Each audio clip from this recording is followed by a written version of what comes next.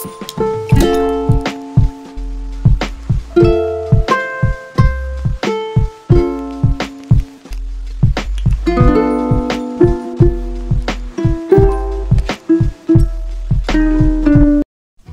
Everyone, welcome back to my channel dear blogger Lakshmi. ಎಲ್ಲರೂ ಹೇಗಿದ್ದೀರಾ? I hope ಚೆನ್ನಾಗಿದ್ದೀರಾ ಅಂದ್ಕೊಂಡಿದ್ದೀನಿ. ನಾನು ಕೂಡ ತುಂಬ ಚೆನ್ನಾಗಿದ್ದೀನಿ. ಆ್ಯಂಡ್ ಇವತ್ತಿನ ಒಂದು ವಿಡಿಯೋ ಬಂದು ನನ್ನ ಫುಲ್ ಡೇ ರೊಟೀನ್ ಬ್ಲಾಗ್ ಆಗಿರುತ್ತೆ.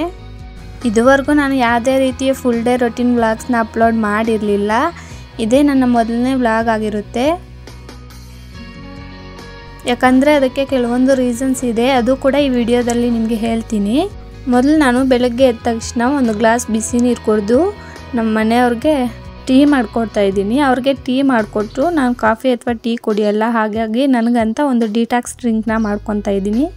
ಈ ಡ್ರಿಂಕ್ ಮಾಡೋಕ್ಕೆ ನಾನು ಯೂಸ್ ಮಾಡ್ತಾ ಇರೋದು ಬಂದು 2 ಕ್ಯಾರೆಟ್ ತೊಗೊಂಡಿದ್ದೀನಿ ಆ್ಯಂಡ್ ಅರ್ಧ ಬೀಟ್ರೋಟ್ ತೊಗೊಂಡಿದ್ದೀನಿ, ಅರ್ಧ ಸೌತೆಕಾಯಿ, ಒಂದು ಚಿಕ್ಕ ಟೊಮೊಟೊ, ಸ್ವಲ್ಪ ಕೊಬ್ಬರಿ ಮತ್ತು ಸ್ವಲ್ಪ ಕೊತ್ತಂಬರಿ ತೊಗೊಂಡಿದ್ದೀನಿ. ಆಮ್ಲ ಕೂಡ ಇದ್ದರೆ ಯೂಸ್ ಮಾಡ್ಬೋದು. ನನ್ನ ಹತ್ರ ಆಮ್ಲ ಖಾಲಿ ಆಗಿತ್ತು, ಹಾಗಾಗಿ ಇಷ್ಟನ್ನು ಮಾತ್ರ ಯೂಸ್ ಮಾಡಿ ಜ್ಯೂಸ್ ಮಾಡ್ಕೊತಾ ಇದ್ದೀನಿ. ಇದು ತುಂಬ ಹೆಲ್ತ್ ಬೆನಿಫಿಟ್ಸ್ ಇರೋ ಒಂದು ಜ್ಯೂಸ್ ಆಗಿರುತ್ತೆ. ಇದನ್ನು ದಿನ ಮಾಡ್ಕೊಂಡು ಕುಡಿಯೋದ್ರಿಂದ ಏರ್ ಫಾಲ್ ಕಂಟ್ರೋಲ್ ಆಗಿರ್ಬೋದು, ಸ್ಕಿನ್ ಗ್ಲೋಯಿಂಗ್ ಆಗಿರ್ಬೋದು, ಮತ್ತು PCOD ಪ್ರಾಬ್ಲಮ್ಸ್ ಇರುತ್ತಲ್ಲ ಅದಕ್ಕಾಗಿರ್ಬೋದು. ಇಷ್ಟೇ ಎಲ್ಲ ಇನ್ನೂ ತುಂಬ ಹೆಲ್ತ್ ಬೆನಿಫಿಟ್ಸ್ ಇದೆ. ಇದನ್ನೆಲ್ಲ ಇವಾಗ ಮಿಕ್ಸಿ ಜಾರ್ಗೆ ಹಾಕ್ಕೊಂಡು ನೀರು ಹಾಕ್ದೇನೆ ಹಾಗೆ ತುಂಬ ನೈಸಾಗಿ ರುಬ್ಬಿಕೊಂಡು ಒಂದು ಕಾಟನ್ ಬಟ್ಟೆಗೆ ಹಾಕಿ ರಸ ಎಲ್ಲ ತೆಗೆದುಬಿಟ್ಟು ಸ್ವಲ್ಪ ನಿಂಬೆ ರಸ ಕಲಿಸ್ಕೊಂಡು ಬೆಳಗ್ಗೆ ಅಥವಾ ಸಂಜೆ ಒಂದು ಗ್ಲಾಸ್ ಕುಡಿತೀನಿ. ದಿನ ಇಲ್ದಿದ್ರೂ ದಿನ ಬಿಟ್ಟು ದಿನ ಆದರೂ ನಾನು ಕುಡಿತೀನಿ ಇದನ್ನು.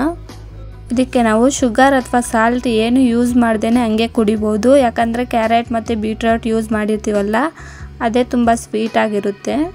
ನೀವು ಕೂಡ ಬೇಕಿದ್ರೆ ಟ್ರೈ ಮಾಡಿ ನೋಡಿ, ನಿಮಗೆ 15 ಡೇಸಲ್ಲೇ ಆ ಚೇಂಜಸ್ ಗೊತ್ತಾಗುತ್ತೆ. ಒಂದು ½ ಆನ್ ಅವರ್ ವಾಕಿಂಗ್ ಹೋಗಿ ಬಂದು ಈ ಜ್ಯೂಸ್ ಕುಡಿದು ಸ್ವಲ್ಪ ಹೊತ್ತು ರಿಲ್ಯಾಕ್ಸ್ ಆಗಿ ಮತ್ತು ಬ್ರೇಕ್ಫಾಸ್ಟ್ಗೆ ಆಲೂಗಡ್ಡೆ ಪಲ್ಯ ಮತ್ತು ಚಪಾತಿ ಮಾಡೋಣ ಅಂತ ಆಲೂಗಡ್ಡೆ ಬೇಯಿಸಿ ಸಿಪ್ಪೆ ಬಿಡಿಸ್ಕೊತಾ ಇದ್ದೀನಿ. ಇವತ್ತು 3ನೇ ಶ್ರಾವಣ ಶುಕ್ರವಾರ ಅಲ್ವಾ, ಟೆಂಪಲ್ಗೂ ಕೂಡ ಹೋಗಬೇಕು ಅಂದ್ಕೊಂಡಿದ್ದೀನಿ. ಪ್ರತಿ ವರ್ಷವೂ ಫಸ್ಟ್ ಶನಿವಾರನೇ ಹೋಗಿ ಬರ್ತಿದ್ದೆ, ಆದರೆ ಈ ಸರಿ ಹೋಗೋಕ್ಕಾಗಲಿಲ್ಲ. ಹಾಗಾಗಿ ಇವತ್ತಾದರೂ ಹೋಗಬೇಕು ಅಂದ್ಕೊಂಡಿದ್ದೀನಿ. ಅಡುಗೆ ಎಲ್ಲ ಬೇಗ ಮುಗಿದ್ರೆ ಹೋಗ್ಬೋದು. ಇವಾಗ ಆಲೂಗಡ್ಡೆ ಪಲ್ಯ ಮಾಡಲಿಕ್ಕೆ ಒಂದು ಬಾಣಲಿ ಇಟ್ಕೊಂಡು ಅದಕ್ಕೆ ಎಣ್ಣೆ ಹಾಕಿ, ಎಣ್ಣೆ ಸ್ವಲ್ಪ ಬಿಸಿ ಆದಮೇಲೆ ಒಗ್ಗರಣೆಗೆ ಸಾಸಿವೆ, ಕರಿಬೇವು, ಈರುಳ್ಳಿ, ಮೆಣಸಿನ್ಕಾಯಿ ಹಾಕಿ ಫ್ರೈ ಮಾಡಿಕೊಂಡು, ಇದು ಸ್ವಲ್ಪ ಫ್ರೈ ಆದಮೇಲೆ ಟೊಮೊಟೊ ಕೂಡ ಹಾಕಿ ಫ್ರೈ ಮಾಡ್ಕೊತಾ ಇದ್ದೀನಿ. ಆಲೂಗಡ್ಡೆ ಪಲ್ಯನ ಎಲ್ಲರೂ ಮಾಡೋ ಥರ ನಾರ್ಮಲಾಗೆ ಮಾಡಿದ್ದೆ. ಆವಾಗಲೇ ಹೇಳ್ದಾಗೆ ನಾನು ಯಾಕಪ್ಪ ಇಷ್ಟು ದಿನ ಯಾವುದೇ ಫುಲ್ ಡೇ ರೊಟೀನ್ ಬ್ಲಾಗ್ನ ಅಪ್ಲೋಡ್ ಮಾಡಿಲ್ಲ ಅಂದರೆ, ಮೊದಲು ನನ್ನ ಹತ್ರ ವಿಡಿಯೋ ಶೂಟ್ ಮಾಡೋಕ್ಕೆ ಯಾವುದೇ ಸೆಲ್ಫಿ ಸ್ಟಿಕ್ ಅಥವಾ ಟ್ರೈಪಾಡು, ರಿಂಗ್ ಲೈಟು ಈ ಥರ ಯಾವುದೂ ಇಲ್ಲ. ಹಾಗಾಗಿ ವಿಡಿಯೋ ಶೂಟ್ ಮಾಡ್ಕೊಳ್ಳೋಕ್ಕೆ ಸ್ವಲ್ಪ ಕಷ್ಟ ಆಗುತ್ತಲ್ವ ಫುಲ್ ಡೇ ರೊಟೀನ್ ಬ್ಲಾಗ್ಸ್ನ ಅಪ್ಲೋಡ್ ಮಾಡಲಿಕ್ಕೆ. ಇದು ಒಂದು ರೀಸನ್. ಆದರೆ ಮತ್ತೊಂದು ಏನಪ್ಪ ಅಂದರೆ, ನಾನು ವೀಡಿಯೋಸ್ ಮಾಡ್ತಿರೋದು ನಮ್ಮ ಮನೆಯವ್ರಿಗೆ ಯಾರಿಗೂ ಕೂಡ ಗೊತ್ತಿಲ್ಲ. ನಾವು ಜಾಯಿಂಟ್ ಫ್ಯಾಮ್ಲಿ ಆಗಿರೋದ್ರಿಂದ ನಮ್ಮ ಮನೆಯಲ್ಲಿ ಅತ್ತೆ ಮಾವ ಎಲ್ಲರೂ ಇದ್ದಾರೆ. ಹಾಗಾಗಿ ಶಾರ್ಟ್ ವೀಡಿಯೋಸ್ ಆದರೆ ಕಿಚನಲ್ಲೇ ಅಲ್ವಾ ಹೆಂಗೋ ಕ್ಯಾಪ್ಚರ್ ಮಾಡ್ಕೋಬೋದು. ಆದರೆ ಫುಲ್ ಡೇ ವ್ಲಾಗ್ನ ಅವ್ರ ಮುಂದೆ ಎಲ್ಲ ಶೂಟ್ ಮಾಡ್ಕೊಂಡಿರೋಕ್ಕಾಗಲ್ಲ. ಹಾಗಾಗಿ ಇದುವರೆಗೂ ನಾನು ಯಾವುದೇ ಫುಲ್ ಡೇ ರೊಟೀನ್ ವ್ಲಾಗ್ನ ಅಪ್ಲೋಡ್ ಮಾಡಿರಲಿಲ್ಲ.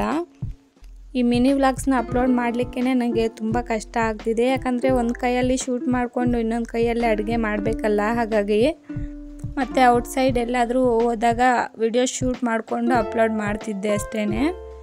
ಆದರೆ ಇನ್ನು ಮುಂದೆ ಹೆಂಗಾದ್ರೂ ಫುಲ್ ಡೇ ವ್ಲಾಗ್ಸ್ನ ಅಪ್ಲೋಡ್ ಮಾಡಬೇಕು ಅಂದ್ಕೊಂಡಿದ್ದೀನಿ. ನೋಡಬೇಕು ಏನಾಗುತ್ತೆ ಅಂತ.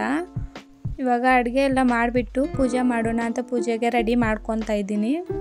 ದೇವ್ರ ಸಾಮಾನೆಲ್ಲ ತೆಗೆದು ತೊಳೆದಿಟ್ಕೊಂಡು ದೇವ್ರ ಮನೆ ಎಲ್ಲ ಕ್ಲೀನ್ ಮಾಡಿ ಹೂವು ಇಟ್ಕೊತಾ ಇದ್ದೀನಿ. ಮತ್ತು ಈ ದೊಡ್ಡ ಕಲಶ ನೋಡ್ತಾ ಇದ್ದೀರಲ್ಲ, ಇದು ಬಂದು ಓಂ ಶಕ್ತಿ ಕಲಶ ಅಂತ. ನಾವು ಅಮಾವಾಸ್ಯೆ ಮತ್ತು ಪೌರ್ಣಮಿಗೆ ಮಾತ್ರ ಕಲಶ ಇಡೋದು. ನಮ್ಮ ಮನೆಯಲ್ಲಿ ಹೆಚ್ಚಾಗಿ ಓಂ ಶಕ್ತಿ ದೇವ್ರನ್ನೇ ಜಾಸ್ತಿ ನಂಬ್ತೀವಿ. ಆ್ಯಂಡ್ ಪ್ರತಿ ವರ್ಷ ಕೂಡ ಓಂ ಶಕ್ತಿ ಮಾಲೆ ಕೂಡ ಹಾಕ್ತೀವಿ. ಆದರೆ ನಾನು ಮಾಲೆ ಹಾಕಿ 5 ವರ್ಷ ಆಗೋಯ್ತು. ದಿಶಿತಾ ಹುಟ್ಟಿದಾಗಿಂದನೂ ಹಾಕಿರಲಿಲ್ಲ. ಯಾಕಂದರೆ ಮಾಲೆ ಹಾಕಿದ್ಮೇಲೆ ಮಾಲೆ ತೆಗಿಯೋಕ್ಕೆ ತಮಿಳ್ನಾಡಿಗೆ ಹೋಗಬೇಕಾಗುತ್ತೆ. ಯಾಕಂದರೆ ಅಮ್ಮನವ್ರ ದೇವಸ್ಥಾನ ಇರೋದು ತಮಿಳ್ನಾಡು ಮೇಲ್ಮರುವತ್ತೂರು ಅನ್ನೋ ಊರಿನಲ್ವಾ. ಹಾಗಾಗಿ ಅಲ್ಲಿ ಮಾಲೆ ತೆಗೆದುಬಿಟ್ಟು ಆ ಕಡೆ ಸುತ್ತಮುತ್ತ ಇರೋ ಟೂರಿಸ್ಟ್ ಪ್ಲೇಸ್ ಕೂಡ ನೋಡ್ಕೊಂಡು ಬರೋಕ್ಕೆ 3-4 ಡೇಸ್ ಆಗಿಬಿಡುತ್ತೆ. ಮಕ್ಕಳನ್ನೆಲ್ಲ ಎತ್ಕೊಂಡು ಹೋದರೆ ತುಂಬಾ ಕಷ್ಟ ಆಗೋಗುತ್ತೆ. ದೇವಸ್ಥಾನ ಅಂತೂ ಅಲ್ಲಿ ಫುಲ್ ರಶ್ ಇರುತ್ತೆ, ತುಳಿದ್ಬಿಡ್ತಾರೆ. ಅದರಲ್ಲೂ ಇಲ್ಲೂ ತರಲೆ ಜಾಸ್ತಿ, ಹಾಗಾಗಿ ಸ್ವಲ್ಪ ದೊಡ್ಡವಳಾದ್ಮೇಲೆ ಹೋಗಬೇಕು ಅಂದ್ಕೊಂಡಿದ್ದೀನಿ. ನೋಡಬೇಕು ಅಮ್ಮ ಯಾವಾಗ ಕರ್ಸ್ಕೊತಾರೆ ಅಂತ. ನಮ್ಮ ಕೈಯಲ್ಲಿ ಏನೂ ಇರಲ್ವಲ್ಲ, ಎಲ್ಲ ದೇವರ ಇಚ್ಛೆನೇ. ಈ ಥರ ಬೆಳಗ್ಗೆನೇ ಪೂಜೆ ಮಾಡಿಕೊಂಡ್ರೆ ಮೈಂಡ್ ಎಲ್ಲ ತುಂಬ ಫ್ರೆಶ್ ಆಗಿರುತ್ತೆ, ಮತ್ತು ಮನೆ ಕೂಡ ತುಂಬ ಪಾಸಿಟಿವ್ ವೈಬ್ಸಿಂದ ತುಂಬಿರುತ್ತೆ ಅಲ್ವಾ. ನಾನು ಪೂಜೆ ಮಾಡುವಾಗ ಈ ಥರ ದೇವರ ಹಾಡನ್ನು ಇಟ್ಕೊಂಡೇ ಪೂಜೆ ಮಾಡೋದು.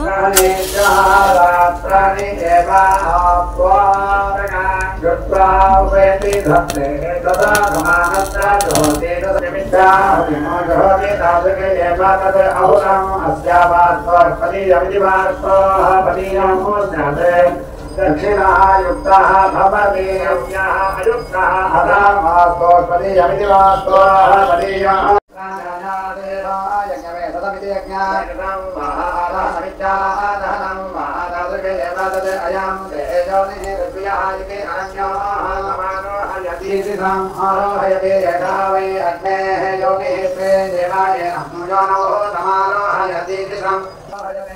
ನಮ್ಮ ದೇವ್ರ ಮನೆಯಲ್ಲಿ ದೇವ್ರ ಫೋಟೋ ಸ್ವಲ್ಪ ಜಾಸ್ತಿನೇ ಇದೆ ಅಲ್ವಾ.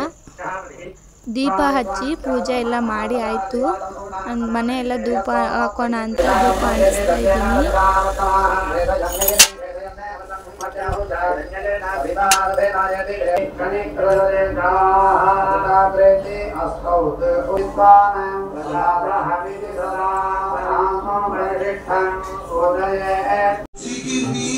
సలవాలు చెలకి పూవాన కవి చిరుపాలు